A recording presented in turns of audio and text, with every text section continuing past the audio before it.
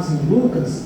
O texto que eu vou usar nesta noite está no Evangelho segundo Lucas, no capítulo 8, onde a gente vê, vou pegar um versículo inicialmente, que é a base, o versículo de número 11, que diz assim: este é o sentido da parábola, a semente é a palavra de Deus. Aleluia. Então, este é o sentido da parábola, a semente é a palavra de Deus. Então, tudo que Jesus falou nesta parábola e na explicação que ele deu, vai resumir-se nisso, que a semente é a palavra de Deus.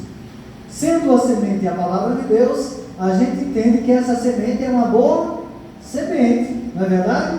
É uma boa semente. Só que, mesmo sendo uma boa semente, a gente percebe que, para aquela semente, mesmo sendo boa, poder germinar, poder crescer e chegar a frutificar, vai depender do tipo de solo. Não é? Vai depender do tipo de solo. Eu não sei quem gosta de plantar, eu gosto muito de planta, né? Não tem muito lá em casa, porque depois do incidente que teve comigo, de saúde, minha esposa não quis que eu tivesse muito trabalho, né? Ela arrancando um bocado lá. Mas eu tenho algumas coisas. E é muito interessante, quando a gente olha a questão do plantio, por exemplo, numa grande plantação, quem tem uma grande área para plantar e planta como profissão, a gente percebe que aquela pessoa que tem aquela terra chama o engenheiro agrônomo, aquele engenheiro vai lá, colhe aquela terra, vai para o laboratório, analisa a terra e vê, essa terra tem esse nutriente. Para o tipo de semente que você quer plantar, esta terra vai servir ou esta terra não vai servir. Ela vai precisar de algum complemento, de algumas substâncias que vai ajudar a sua semente germinar e produzir. Não apenas nascer, porque a gente joga uma semente, a semente nasce, mas nem sempre ela produz. Eu lembro, alguns anos atrás, lá por volta de 2003, 2004, eu morei numa casa aqui no Trairi, e eu inventei de plantar lá no quintal milho.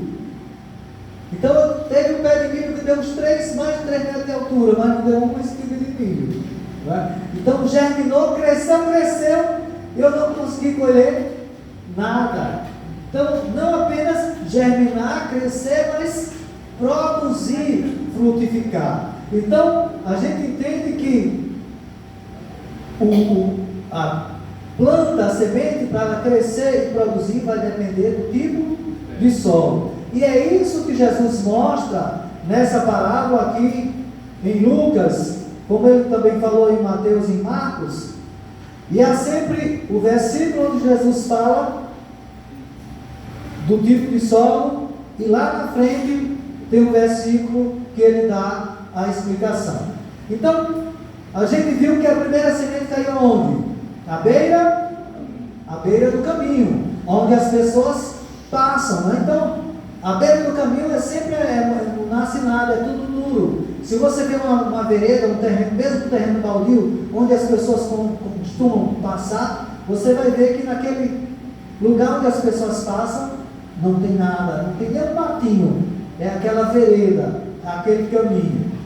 Então o versículo de número 5 diz assim: eis que o semeador saiu a semear, e ao semear, uma parte caiu à beira do caminho, foi pisada, e as aves do céu a comeram. Então a gente entende que plantar à beira do caminho não dá certo. Por quê? Porque aquela semente vai ser pisada, as aves vão vir comer, e ela certamente não vai nascer, não vai germinar. E lá no verso 12 Jesus explica, ele diz: a que caiu à beira do caminho são os que a ouviram, vêm a seguir o diabo e arrebata-lhes do coração a palavra, para não suceder que crendo sejam salvos. Ontem, pelo que eu ouvi aqui, o culto foi ao livre, né? Quantas pessoas ouviram? Estando presente ou estando ao alcance do serviço de som. E certamente, muitas pessoas talvez até foram tocadas por alguma palavra que foi falada. Mas aí, se aquela terra, se aquele coração é uma beira de caminho, vem o diabo e arrebata a palavra daquele coração, para que a pessoa não venha crer, não venha acreditar, e acreditando poder ser salvo. Depois nós temos o segundo tipo de terra. Qual é o segundo tipo de terra? No versículo de número 6: outra caiu sobre a pedra, e tendo crescido, secou por falta de umidade. Tem aquela canção que eu gosto muito, que diz assim: só quem tem raiz suporta o que eu suportei. Só quem tem raiz. Então, quando a planta ela não tem raiz, não há profundidade na terra para ela poder pegar os seus nutrientes, ela não tem como crescer, não é? E a gente percebe hoje em dia, na maioria das igrejas, muitos que mesmo estando na igreja não têm raiz. Eu sou do tempo que assim, o maior curso de teologia da igreja chamava-se Escola Bíblica Dominical. E crente que foi criado na Escola Bíblica Dominical é como aquela parábola que Jesus fala da casa edificada sobre a rocha, onde vem a tempestade, onde vem um temporal, onde sopram os ventos e a casa não cai. Mas aquele que não tem raiz é como uma casa edificada sobre a areia, que no primeiro vendaval, se vier uma chuva forte, uma enxurrada, aquela casa cai, aquela casa vai ao chão. Como é que está a nossa vida? Temos nós produzido raízes profundas?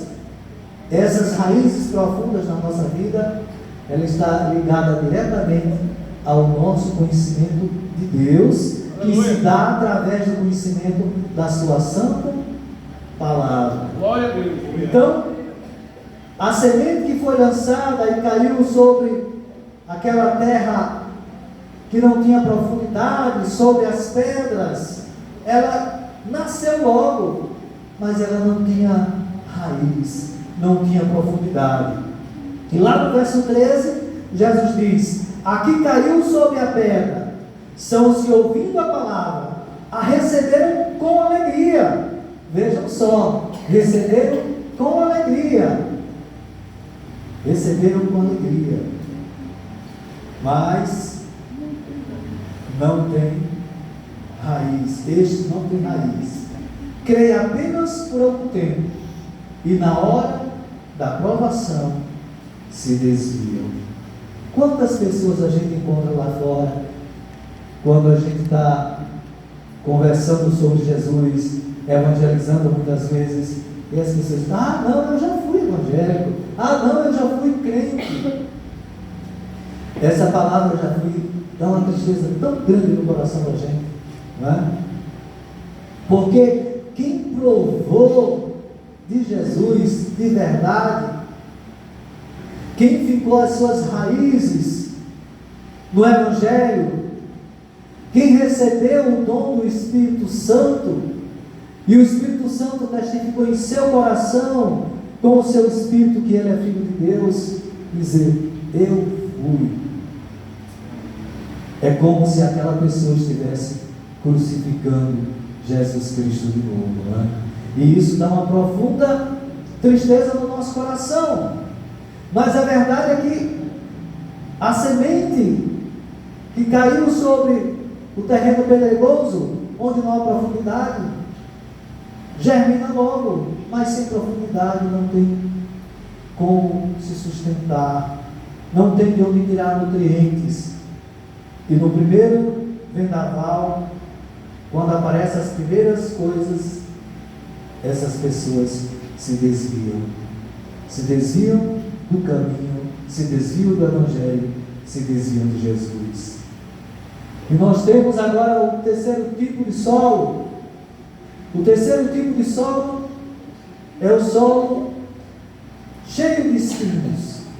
No versículo de número 7, que diz assim: outra caiu no meio dos espinhos, e estes, ao crescerem com ela, a sufocaram. Então, os espinhos foram crescendo junto com aquela planta que brotou daquela semente. Só que os espinhos sufocaram. Ela não teve como sobreviver, foi sufocada. Não sei quem já plantou um roçado, mesmo que fosse no quintal, né? um feijãozinho lá para colher um feijãozinho verde. Se você deixar o mato cobrir, o mato vai sufocar, não é? Aquele matinho que vai crescendo. Por isso que o agricultor está sempre lá, com a sua enxadinha, roçando, para que a vegetação ao lado daquilo que ele plantou não cresça e não sufoque. Não precisa nem ser espinho, basta ser algum tipo de erva daninha, vai sufocar. Mas Jesus diz, no verso 14: a que caiu entre os espinhos são os que ouviram, e no decorrer dos dias foram sufocados com os cuidados, riquezas e deleites da vida. Os seus frutos não chegam a amadurecer. Então Jesus coloca aqui os cuidados deste mundo, as riquezas, os deleites da vida. Tem pessoas que às vezes se sentem sufocadas na igreja. Mas por quê? Porque não aconteceu uma transformação de dentro para fora. Porque quando Jesus entra na nossa vida, Ele muda os nossos conceitos, Ele muda os nossos pensamentos, Ele muda os nossos sentimentos, Ele muda a forma de nós vermos o mundo. Então é uma mudança que acontece de dentro para fora. É difícil, mas é Ele quem faz. É o Espírito Santo quem trabalha, é o Espírito Santo quem age, é o Espírito Santo quem santifica a nossa vida. Mas quando a pessoa vem para a igreja e quer assim vestir a farda de crente, aí quer fazer aquela mudança de fora para dentro. Os irmãos se vestem assim, eu vou vestir assim. Os irmãos usam o cabelo assim, eu vou usar o cabelo assim. Os irmãos usam a Bíblia dessa forma, eu vou usar assim. É uma adaptação, a pessoa está se moldando ao ambiente. Mas não é isso que o Senhor quer. O Senhor quer que aconteça a transformação de dentro para fora. Então, o perfume de Cristo, ele vai exalar de nós, se Ele estiver agindo em nós. O Espírito Santo, ele vai nos moldando, ele vai nos transformando, ele vai nos santificando. Aleluia. Glória a Deus. Quando nós abrimos a nossa vida, o nosso coração, para que Ele faça todas essas coisas. E o quarto tipo de solo que Jesus fala e mostra para os seus discípulos é a chamada de boa terra. No verso de número 8, nós estamos em Lucas 8, verso de número 8, que diz assim: outra, afinal, caiu em boa terra, cresceu e produziu a 100 por 1. Dizendo isto, clamou: quem tem ouvidos para ouvir, ouça. Então, a outra caiu em boa terra. Então, o quarto tipo de solo, a boa terra. E é isso que nós esperamos das pessoas que nos ouvem. Eu não sei se tem alguém aqui que não entregou ainda a sua vida a Jesus, né? Mas é isso que nós esperamos de quem nos ouve, que aquela pessoa seja uma boa terra. Mas aí a gente pensa, mesmo quando a terra não é lá muito boa, como eu falava no início, o engenheiro agrônomo vai lá, estuda aquela terra, vê o que ela precisa e começa a colocar nutrientes na terra, um tipo de adubação que vai fazer com que aquela terra se torne fértil e possa produzir. E quantas vezes a gente tem batalhado pela vida de alguém, tem falado, tem pregado, e nada, a gente diz, meu Deus, que coração de pedra. Mas Deus é aquele que tem o poder de esmiuçar a pedra. Não é? Então, se você não está conseguindo com a sua palavra, consiga com o seu testemunho de vida, consiga com as suas orações, coloque-se na brecha por aquela pessoa, diz, Senhor, até aqui a semente que eu tenho lançado não tem germinado, mas eu quero aqui me colocar na brecha, na intercessão por esta vida, para que esta vida seja uma boa terra, para que a semente que é a tua palavra, ela possa germinar, e não apenas nascer, como aquela que nasceu entre as pedras, e não tendo raiz, morreu logo, ou aquela que nasceu entre os espinhos, e foi sufocada pelos espinhos, mas que venha a crescer e venha a frutificar 100, a 30, a 60, a 100 por um. Nós podemos fazer isso. Se nós, de fato, como fazia o apóstolo Paulo tinha uma paixão tremenda pela conversão das pessoas. E ele doou-se, na sua época, doou a sua vida em prol da pregação do Evangelho. E hoje, em meio a tanta gente pregando, mas a gente vai dizer, mas se você ligar uma TV, tem lá não sei quantos programas de pregação. Se você vai nas redes sociais, tem lá não sei quantas pessoas pregando. Mas o Senhor nos deu também essa tarefa. Essa responsabilidade também é nossa. A Igreja de Cristo aqui, 15 anos nesse lugar. Se a igreja desaparecesse desse lugar, será que os vizinhos sentiriam falta dessa igreja aqui? É uma pergunta para a gente fazer, para a gente refletir. Qual é a marca nesses 15 anos que nós, enquanto igreja, estamos deixando neste lugar? Para as pessoas que passam aí na porta, para as pessoas que nos momentos de cultos fora das portas do templo ouvem a nossa pregação, para as pessoas que moram ao nosso lado e conhecem o nosso dia a dia, além daquilo que os irmãos que só nos veem nos dias de culto conhecem. Diante de tudo isso, diante do ensinamento desta parábola, o verso 15, Jesus diz, aqui caiu na boa terra são os que têm ouvido de bom e reto coração, retém a palavra, estes frutificam com perseverança.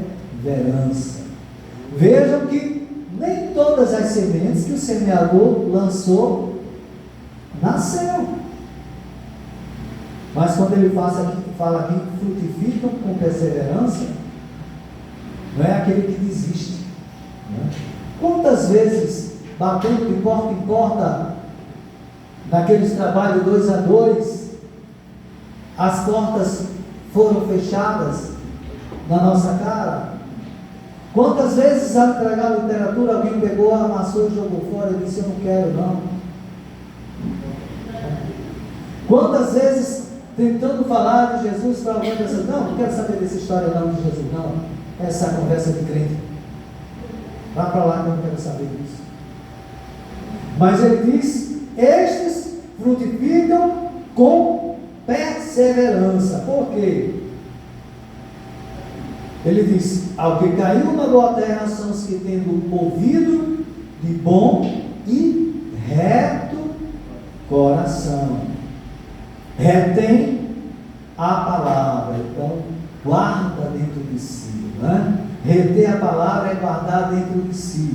Guardar esta palavra dentro de si é buscar encarnar a palavra na nossa vida, buscando vivê-la. É fácil? Não, não é fácil. Mas é possível com a ajuda dele. Com a ajuda dele. Aleluia. É possível. E qual deve ser a posição da igreja agora diante desta parábola, diante daquilo que a gente tem aprendido nesses 2 dias com a parábola do semeador? Primeiro, o que Jesus falou lá no finalzinho do Evangelho de Marcos, né? O que foi que Jesus disse? Um texto muito conhecido, né? Eu acho que é o texto mais conhecido de Marcos, lá no capítulo 16, o verso 15. Os irmãos sabem de cor, sabem? O que é que Jesus disse ali? Ide por onde? Por todo o mundo e pregai o Evangelho para quem? Para toda criatura. Se tivesse aquela luzinha assim na frente, esse vai aceitar, esse vai aceitar, esse vai aceitar, a gente ia pregar só para quem vai aceitar. Mas tem que pregar para toda criatura. Por quê? Aqueles que aceitarem, glória a Deus, terão direito à vida eterna. E aqueles que não aceitarem, no dia do juízo, serão indesculpáveis. Então, nós precisamos pregar a tempo e a fora do tempo, a toda a criatura. Então, ide pregai, ide por todo o mundo e pregai o Evangelho a toda a criatura. Então, a igreja precisa pregar. A igreja precisa pregar. Eu vejo nos tempos que nós vivemos hoje, a igreja no geral, ela não se porta como se portava há 20, 30 anos atrás, não é verdade?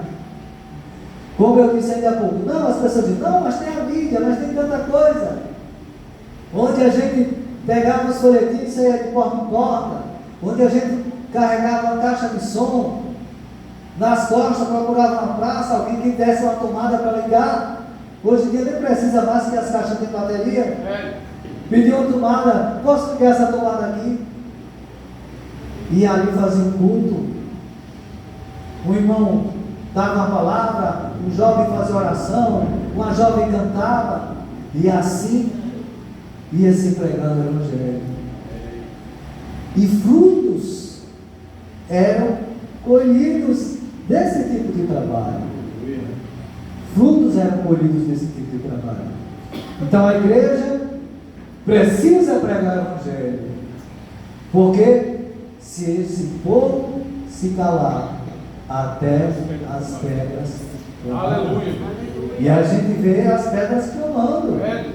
Tá de porta em porta, uns meninos com uma plaquinha aqui com o nome Helder fulano, Helder ciclano, se oferecendo para vir na casa da pessoa dar um estudo, usando além da Bíblia um tal livro chamado Livro dos Mormons. Outros que estão de porta em porta, e ali é o chamado trabalho de campo. Trabalho de campo, 2 a 2, e o mais interessante é que eles estudam aquilo que vão falar, de porta em porta. Tem uma Bíblia toda marcada numa linha doutrinária daquilo que eles acreditam, daquilo que eles ensinam de porta em porta. E se a pessoa abrir a sua casa e permitir, eles estão lá toda semana, uma vez por semana, dando 1 hora do tempo deles para anunciar que eles são testemunhas de Jeová.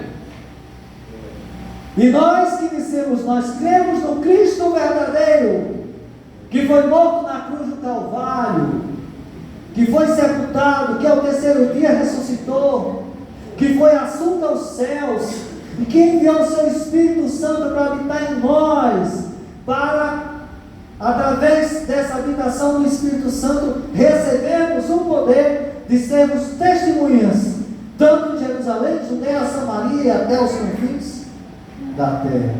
O que é que nós temos feito, irmãos, enquanto igreja? Eu e você, o que é que eu tenho feito? O que é que a igreja tem feito? Aí muitas vezes a gente, não, mas eu prego no meu trabalho, eu faço o culto na rua, eu prego para os meus vizinhos, para os meus conhecidos, para os meus amigos. No final do Evangelho de Mateus, na grande comissão de Mateus, os 2 últimos versículos, é um texto que eu gosto muito desse texto. Estou sempre trazendo a memória. Jesus diz, ide, Mateus 28, 19 e 20, ide, portanto, fazei discípulos. Quando Jesus diz fazer discípulos, irmãos, é caminhar junto. Né? Quantas vezes nós fazemos um apelo, a pessoa vem à frente, quando muito, chama alguém ali, anota o nome e o telefone da pessoa. E depois, irmãos, fazer discípulo é estar junto, é ensinar. Jesus, quando fez discípulos, ele passou 3 anos caminhando com aquelas pessoas, dormindo no mesmo lugar, comendo na mesma mesa, caminhando dia a dia, ensinando aquele povo como devia viver. Fazer discípulo, ele diz, de todas as nações. Nós não devemos escolher. Batizando-os em nome do Pai e do Filho e do Espírito Santo. Muita gente pensa que o batismo é o ápice e o final de tudo. Não. O batismo no tempo apostólico era um rito de iniciação. Quando teve aquela grande pregação lá no Pentecostes, e perguntaram depois, um pouco depois, a Pedro, o que devemos fazer para ser salvo? Pedro diz, arrependei-vos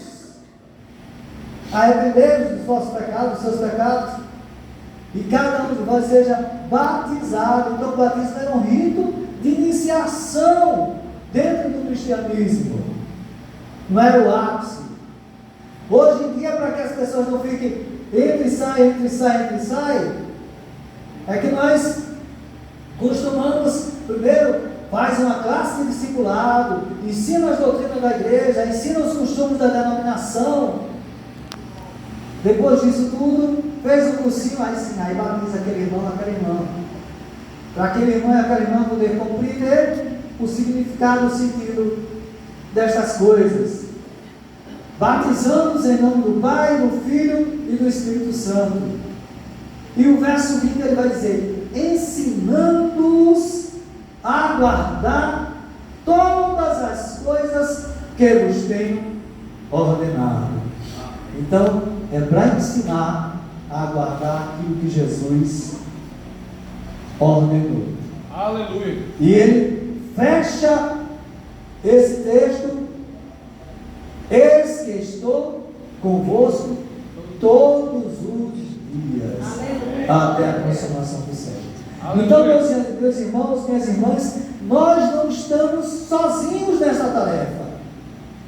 Ele está ao nosso lado, mas nós precisamos realizar essa tarefa.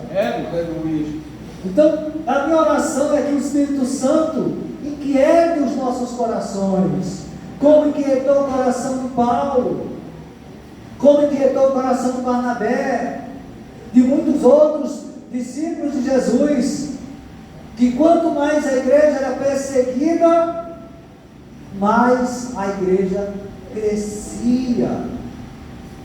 Parece que nós estamos precisando disso, né? Eu tenho acompanhado um certo tempo pelo YouTube o pastor Cláudio Duarte, assistido muitos vídeos dele, e antes desse período eleitoral, antes do atual presidente assumir, ele falava, ó, pode acontecer uma coisa muito boa para a igreja, que é a perseguição, porque só assim vai ver quem é quem, não é? Quem é quem? Quem está no caminho de fato ou não? Quem é a boa terra? Ou é a terra cheia de pedras? Ou é a terra cheia de espinheiros? Porque para a pessoa provar o ouro, existe aquela prova que passa naquela pedrinha e joga um ácido em cima, né? Se for do tipo de metal, aquele ácido corrói, mas se for ouro, aquele risquinho lá não vai ser corroído pelo ácido. Ou então se joga um maçarico bem forte, onde vai derreter tudo ali, vai separar o que é ouro das outras impurezas.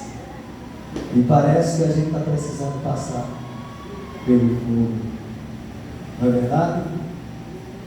Mas tem uma palavra de Isaías aí, né? Quando passares pelo fogo, as chamas não te queimarão. Aleluia! Então, meus amados, minhas amadas, eis que o semeador saiu a semear. E o Senhor Jesus, nesta noite, está colocando na mão de cada um de nós a semente.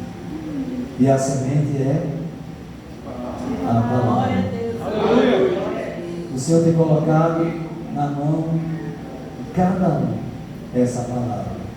E nesta noite o Senhor está convidando, está chamando para você ser alguém que vai pelo mundo e prega a toda criatura. Para você ser alguém que faz discípulos de todas as nações e que ensina a guardar as coisas que Jesus ordenou. Lembrando que Ele está conosco até a consumação do século. Que nesta noite o Espírito Santo anime o seu coração, né? Vamos nos animar. Eu acho que é uma música bem antiga de Oséias de Paula. Volta ao primeiro amor.